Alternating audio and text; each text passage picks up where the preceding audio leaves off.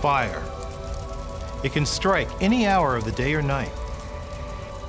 It can start anywhere. It can spread quickly. It can cause enormous damage. It can kill.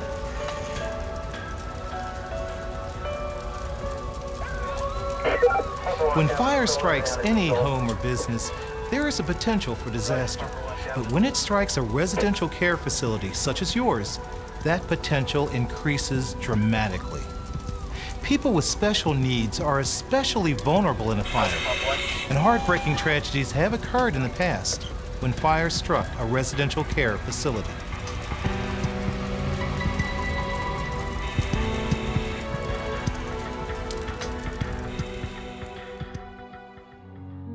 But fires don't have to result in injuries or death. Buildings can be safely evacuated and tragedy averted.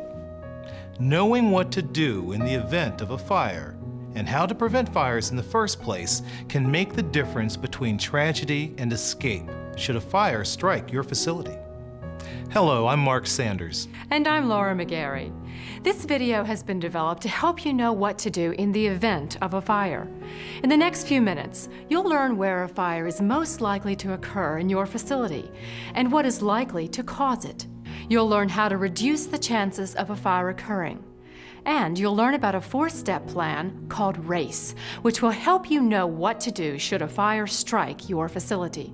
What you learn in this video could make the difference between life and death, yours and those of the people you care for and work with. You may never have to use this information. There may never be a fire in your facility. Certainly, we hope not.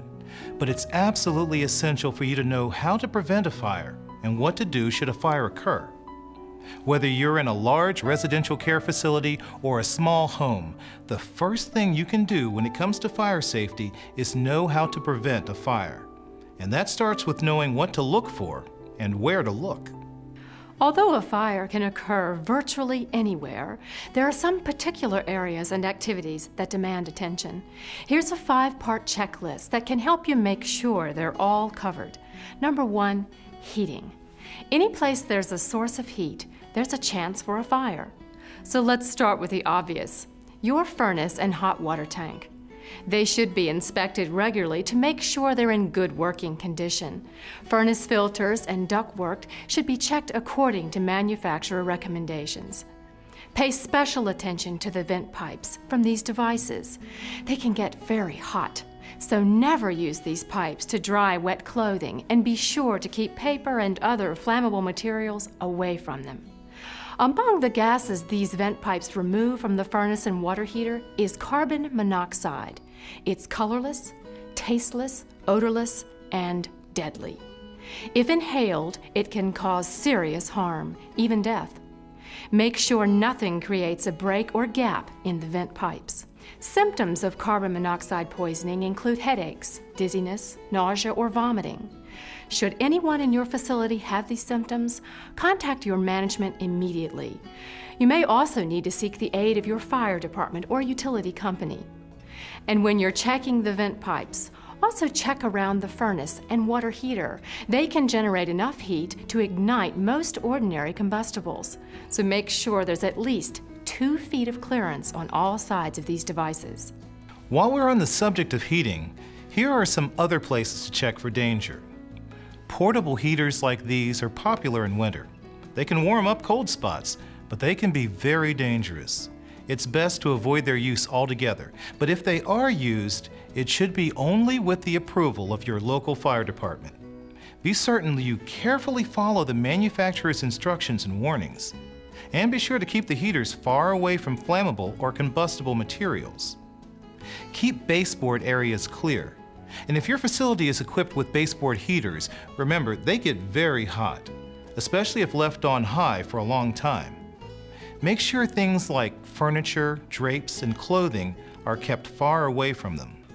If your facility has a wood-burning or gas fireplace, remember that it too can pose a fire and carbon monoxide danger. Fireplaces should be cleaned annually. And chimneys should be inspected to make sure they're in good working order. A screen or glass doors should be installed in the fireplace opening. And flammable materials should be kept a safe distance away. And if you're burning wood, be sure it's dry and well seasoned. We all want to be comfortable, and in cold weather, that means furnaces and heaters.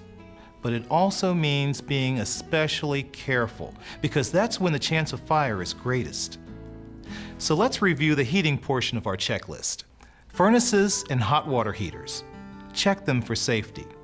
Nothing on vent pipes, and at least 2 feet of clearance on all sides. Space heaters.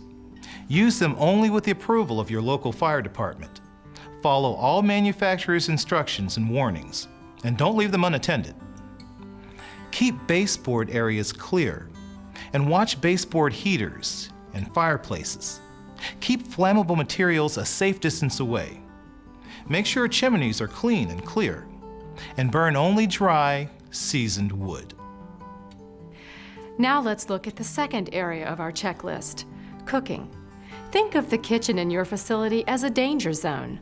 Gas stoves produce open flames, and electric ranges generate high heat. It's easy for a fire to start here, but you can reduce the danger by following common sense precautions. First, keep the stovetop and surrounding area clear of flammable or combustible materials, and watch out for grease. It can ignite easily. Clean the cooking area frequently. It'll not only help prevent germs that can cause illness, but it'll also reduce the danger of fire. Be careful with kitchen appliances. Keep things like coffee pots and toasters unplugged when not in use. Eliminate appliance covers, especially on appliances that heat up. Allow toasters to cool down before storing them, and avoid the use of burner covers on ranges and stoves. Before using the oven, always check to make sure nothing has been left inside. And should you have an oven fire, remember to leave the oven door closed. That'll cut off the supply of oxygen to the fire. Be sure to turn off the heat to the oven, then initiate your facility's fire procedure. And of course, if consumers are cooking, always make sure to provide them with the necessary supervision. Many kitchen fires are started when food cooking on a stove is left unattended. If you're cooking and someone needs your help, or you have to go to another area of the facility, be sure to take the food off the burner and turn off the heat before you leave the kitchen. And if you, a fellow worker, or a consumer is cooking, make sure you dress safely. Don't wear loose-fitting clothing, especially. Watch sleeves and cuffs that can easily catch fire when they come in contact with a flame or hot cooking surface. The kitchen is one of the most important rooms in your facility. Make sure it's a source of great smells and good food, not disaster. Stay alert and keep it safe. Let's review the cooking do's and don'ts on our checklist. Appliances. Gas stoves produce open flames, and electric ranges generate lots of heat. Use them with caution. Keep cooking surfaces and surrounding areas clean and free of grease. Don't use appliance or burner covers. Keep appliances unplugged when not in use. Allow toasters to cool down before putting them away. Always check an oven before turning it on, and be sure when consumers are cooking that they have adequate supervision. Combustibles. Keep them far away from heat-producing appliances. Unattended areas. Never leave the kitchen when food is cooking on the stove. Remove it and turn off the burner, even if you think you'll be gone for just a moment. Clothing. Don't wear loose-fitting clothing, especially no baggy sleeves or cuffs. They can contact a cooking surface and burst into flame in an instant. Not every fire hazard is as obvious as a furnace or a kitchen stove. Many fires involve the use of electricity. So let's look at number 3 on our checklist, electrical. Faulty wiring and appliances that aren't working properly are fire hazards. Make sure they're fixed or replaced. There's no way to know when they can ignite a fire, so don't put off correcting problems. Here are some of the things to watch for. If circuit breakers are frequently tripping or fuses are continually blowing, If lights dim when devices are turned on. If appliances like toasters, hair dryers, or space heaters take longer than they should to heat up, these are signs your facility could have a wiring problem that could pose a fire hazard. Report these conditions to your management immediately. Don't overload circuits. The rule is only one plug per socket. Extension cords pose a very real danger. Their use is prohibited. And speaking of cords, be sure the cords on all appliances are in good condition. Check to make sure they're not frayed or damaged, and if they are, don't just fix them with electrical tape. Make sure they're properly replaced. Another thing to remember, don't unplug appliances by pulling on the cord.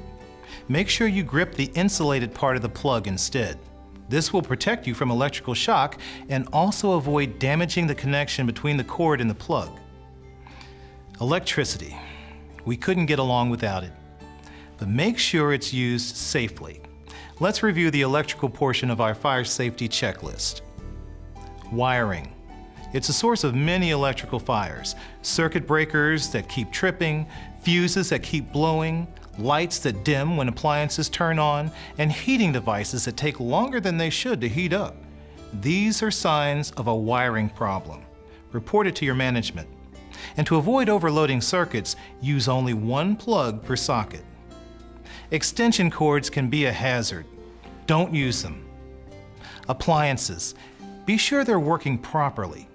Be careful with those that heat up. Make sure their cords are in good condition.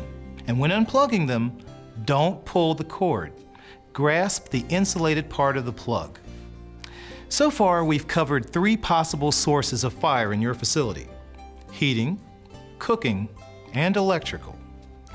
But the next one on our checklist causes the highest number of fire-related deaths and injuries in residential settings. It's smoking. Staff members and consumers who choose to smoke should do so only in designated areas. And no matter what, they should never smoke in bed. Access to these approved smoking areas should be controlled so you know when they're being used. And the areas should be supervised to check for anything that poses a fire hazard. If the designated area at your facility is outdoors, make sure cigarette butts are not tossed into the grass or mulch beds where they can start a fire. Make sure proper ashtrays are provided in the smoking areas. They should be placed on tables, never on furniture where they can tip over and spill their contents into a sofa or a chair. Hot ashes from a cigarette or ashtray that fall into furniture can smolder unnoticed for as long as 4 hours and still ignite the furniture's flammable materials. And not all ashtrays are created equal. Some are much safer than others. The safest are those with a bridge in the middle. If a cigarette is left burning in an ashtray like this, it will eventually fall into the ashtray and not onto a table or other surface. Ashtrays should be emptied often, but only into proper containers provided by your management. Never dump ashtrays that could contain hot ashes in trash cans with paper or other flammable waste. Smoking poses one of the greatest fire risks for any residential facility. Let's review the points on our checklist. Designated areas. These are the only places where consumers and staff should smoke. Never anywhere else. And never, never in bed. Supervision. Smoking areas should be checked frequently for anything that could pose a fire hazard. Controlled access. Have a way of knowing when smoking areas are being used so that you can be on the alert. Proper containers. Make sure smoking areas are equipped with safe ashtrays. Empty them often, but only in safe containers provided by your management, and never in trash cans that contain paper waste. Remember, smoking is a major cause of fires that cause deaths and injuries. Your vigilance can keep that from happening in your facility. And now the final area on our fire safety checklist. It covers a variety of things, any one of which can cause a fire. We call it poor housekeeping. Let's start with clothes dryers. They generate a lot of heat, and lint that builds up inside can catch fire easily. Clean lint filters after every load, and inspect dryers, the area behind dryers, and dryer vent pipes frequently for lint buildup. Remember that light bulbs are a source of heat. Don't put anything on top of them, and never drape material over them. Many lamps and light fixtures limit the wattage of the bulb used in them. Don't exceed the limit or it could start a fire. Candles can add a nice touch, but they also pose a fire hazard. Never leave them unattended. Be aware of the hobbies of consumers in your facility. Check to see if they're using flammable items like glues or paints. Make sure they're exercising good safety practices and that adequate supervision is provided. Always check exits in your facility to make sure they can be used easily in case of a fire. Nothing blocking doors, stairs, or hallways. Be sure there's no furniture or other items blocking bedroom windows, and ensure that the windows open and close properly. Finally, don't allow trash or refuse to collect in your facility. Stacks of papers, bags, and other flammable materials can turn into fuel in a second.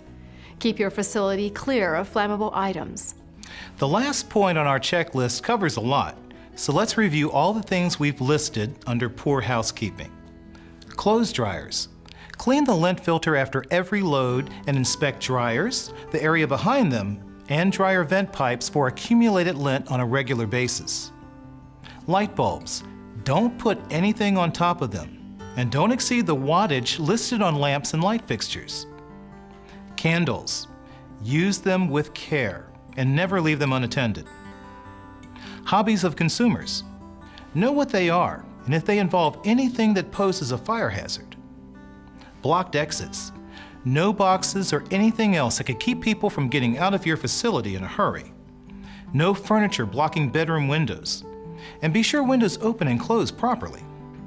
Hallways and stairways, like exits, keep them clear. And finally, trash and refuse. Don't let it build up in your facility where it can start a fire or help one spread. Be sure you pay close attention to all 5 sections of our fire safety checklist. These are the most common areas and causes of fires in residential facilities. Being aware of the risks and dangers is the first step to preventing a fire in your facility. It's important to know what you can do to prevent a fire, but it's just as important to know what to do should a fire occur. A special fire pre-plan called RACE has been developed for the staffs of residential care facilities to help them know what to do in the event of a fire. RACE stands for 4 things you should do in case of fire: rescue, alarm, contain, and evacuate. Be sure you understand from your management exactly how the plan is to be carried out in your facility. Being able to do the right thing and do it fast can save lives and prevent or reduce injuries. Now let's talk about